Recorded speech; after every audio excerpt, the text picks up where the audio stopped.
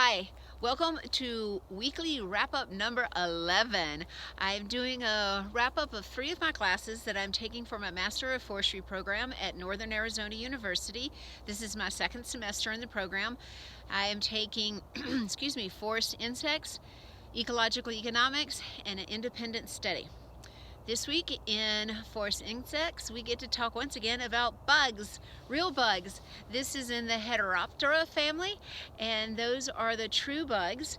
Specifically, this week we looked at sap suckers, which is also in the Homoptera family. Those are orders. Sap suckers are pretty fascinating. They're some of the most bizarre insects, according to my professor. They also can be very beautiful, but that beauty often signifies toxicity, so be very leery of that. They have their first pair of wings can be see-through, and the Heteropteras, they have this pretty little X pattern you can see on their backs. They're mostly all very small. The cicadas are in this group. They are one of the larger bugs. They have these really cool mouth parts. So a sapsucker, what it is doing is sucking the sap out of the plant. So the mouth part is an adaptation to its mandible, and it can be often longer than the body because the ability to get the sap or the liquids out of the plant is dependent on how long its mouth part is. One of the biggest thing that the sap suckers do is they really just create starvation for the plant. So they are pulling the liquid out, they're getting the photosynthetic materials that should be going from the leaves down to the roots, but the sapsuckers intercept that and they take it. So basically it's a slow starvation of the root system for the plant. You often cannot see it happening. Sometimes you see the little speckled pattern on the leaves or the tree where they're sucking the sap out, but often you don't see anything happening because the damage is all internal. And they like the fresh, healthy trees because they're looking for a lot of pressure, and sometimes they can just get really big. He didn't know if they ever exploded though, and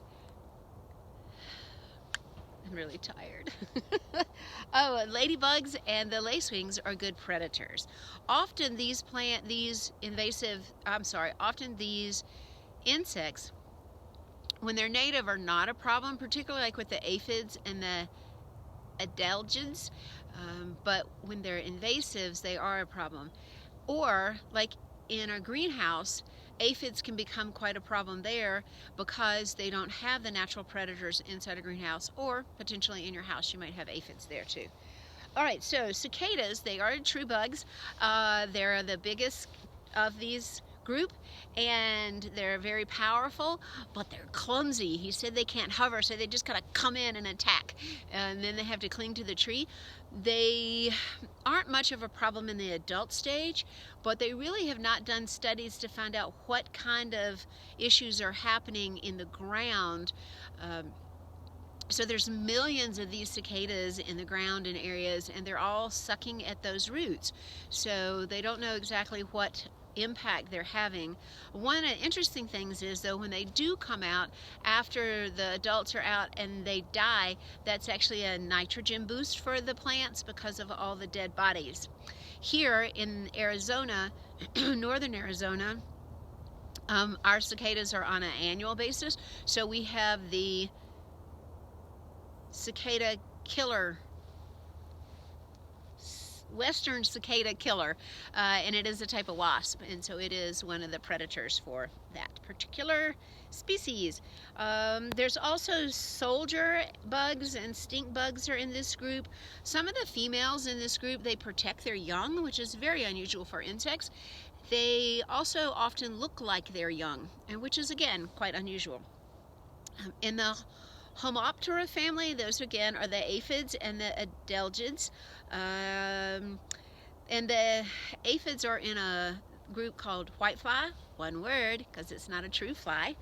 And there's also the hemlock woolly adelgid. It looks very much like an aphid, but it has hairs. It will it takes about 4 or 5 years for those to kill the tree. The tree will start losing its needles prematurely, and that opens up the forest floor to more light, so you begin to have more shade intolerant species coming in, and then you have a systems change from a evergreen species to a different type of shade tolerant species. The scale insects are in this group. They're pretty fascinating. So as a nymph stage, they can crawl around, but as an adult, they attach to a bark. One of the plant defenses is to have a thicker bark. So these are often found on aspen with their very thin barks. They're finding them more on the young trees. And some tree will be covered and the one next door to it isn't, so they don't really understand all that. They're doing a lot of studies here in Flagstaff on the aspen. But as an adult, the scale will attach the female. She loses her eyes, her legs, and her antenna, so she just basically is able to feed and reproduce. The male can come in and lift the scale up enough and mate with her, but the scale itself is extremely protective. So if you have some kind of insecticide or something you want to spray on it, it doesn't work because their scales are they're very thick and very protective. But if they pick the wrong place, that's death for them because they don't move once they attach. And the aspen here, so our specific issue here is the oyster shell scale, and I think that's right. Yeah, oyster shell scale. So they're attacking our aspen. The elks love to eat the baby new aspen, so they are often fenced around here to try and protect them, but now we've got these shells coming in and scales, and also climate change is affecting it. So in our area, aspen might be on its way out because it's got a lot of things that are facing it, so it has some major problems. One good news is that the oyster shell scale is elevation dependent, so above a certain elevation we don't see it. We don't know yet if that is because of elevation or if it just hasn't caught up with it yet. Alright, so the last little one is a spittle bug. Oh good, I'm not so far along this time. Spittle bug is in a nymph stage. It has it sucks all the liquids out, and as its excretion, it also excretes air bubbles, and so that's what all the little, you can see it like looks like spit on a plant. And it's not toxic, it's really just air bubbles, but it does taste bitter, so it's a protectant for the nymph stage. Then once it becomes an adult, they are great hoppers, so they're called plant hoppers, leaf hoppers, or frog hoppers, but as an adult they can jump super well. All right, our word for the forest insects class is brochosomes, B-R-O-C-H-O-S-O-M-E-S. These are microscopic granules that the insect produces, and they're hydrophobic, so it keeps itself from the weather, and it takes the little eggs and moves this material all over its body to keep the hydrophobic process happening everywhere. We only found out about it in 1952 due to electron microscopes. All right, so ecological economics. We looked at two different papers with individual concepts. One is multi-loop learning. So there's single loop learning where you are just kind of addressing the one issue. Well, it specifically is looking at how to prepare for catastrophes or issues that you know are coming. So we looked at floods that had happened in various cities. And one of them is you're just kind of a band-aid approach. It's the single loop where you're repeating basically what you know and trying to fix it. A double loop then is you're taking in some new information and you're willing to change the system. And a triple loop is when you actually have a transformative process in the learning so that you approach it in a very new way. And some of the issues that we discussed were in terms of like ecosystem services. When we ask people their value, it's basically single loop. Like, what do you already know? My professor said she knew somebody that was like, we think of opinions as these rocks on the side of the street when opinions are formed. So when we're asking questions in a questionnaire, we need to allow for some type of social change in their understanding so that opinions can be formed rather than just telling us exactly what you know, as that's going to always be the case. This was interesting. Let's see. So we decided that one of the things that's needed is you need to increase data in order to establish more value. Take this for instance, like hopefully you're learning more value of a forest, but if you only know one or two things, then you're not going to value it very much. So we need to make sure we're increasing the data for people to have a greater value of the system that we care about. And one of the things that was interesting was they're working on is branding for timber so that you can see if it is from a thinned area, which is much more healthy approach than a clear-cut area. And we eventually decided that the three approaches that they had in the paper, technological, ecological, and social, those all three need to be considered. Not just, we've had a tendency to look at environmental problems and approach it with some type of technology that we're going to overpower it, and that if you look at floods and various other issues in our history, that's not the best approach. So we need to incorporate all three of those whenever we are trying to devise a plan for likely catastrophes. Okay, the second one that we looked at was how to make a model based on, for multi-stakeholders that have different opinions about outcomes. This one was interesting because we looked at the possibility of the cost of doing nothing. And we have some models for that and can say, like, for example, in the area that they used was a type conversion. So it was right now a forest, but if we do nothing, then the likelihood is that it will become grassland because of fires and climate change and urban encroachment into the area. So that is a common point of failure amongst all the stakeholders. Nobody thinks the good answer is that the forest turns into grassland.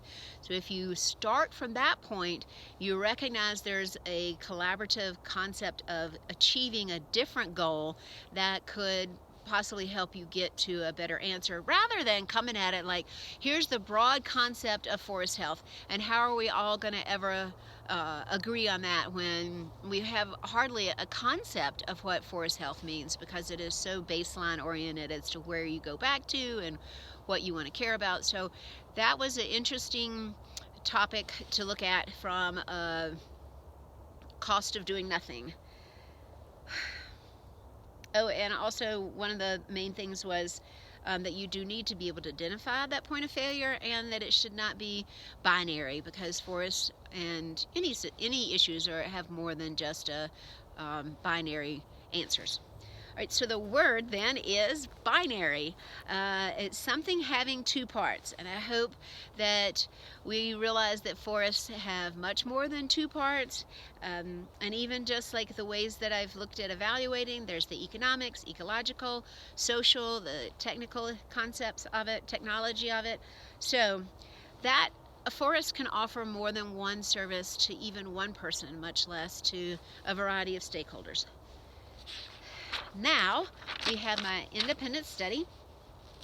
I believe I'm beginning to get a science brain. I started school with a marketing mind, which is more, here's the problem, let's see how we can get people to care about it and change their behavior. But in science, that's an assumption, and we try to make as few assumptions as possible. So with my used toilet paper project, I need to figure out, is it actually a problem instead of assuming it is one?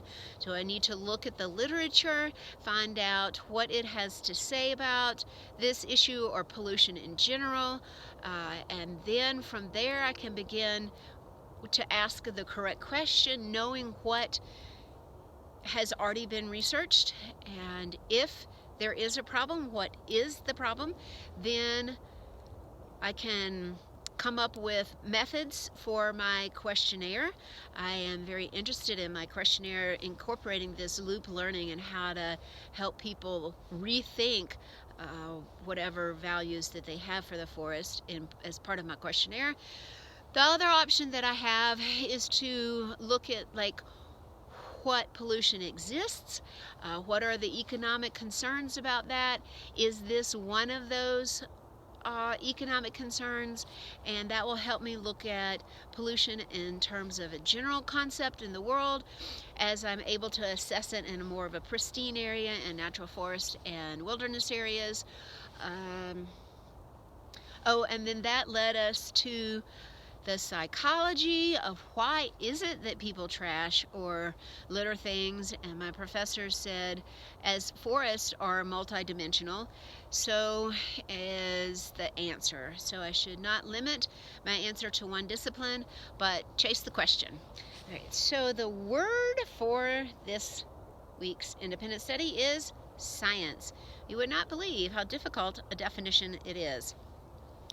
Any system of knowledge that is concerned with physical world and its phenomena, and that entails unbiased observations and systemic experimentation. All right, so I'm looking at this as the system. I need to define which part of the problem I'm interested in. The unbiased observations, that is trying to get rid of all of my assumptions to come at the right question. The phenomena that is being looked at, I'm going to think of as the common findings that is in the literature. And then the systemic experimentation is what I will be doing this summer with my questionnaire and also collecting data. The poem for this week, I couldn't find the author for this one, but I feel like it kind of sums up my dilemma of finding what we do versus why we do. Biological data about your kitten won't describe its purr. All right, I hope you guys have a wonderful week, and I will see you next week. Ciao, ciao, ciao.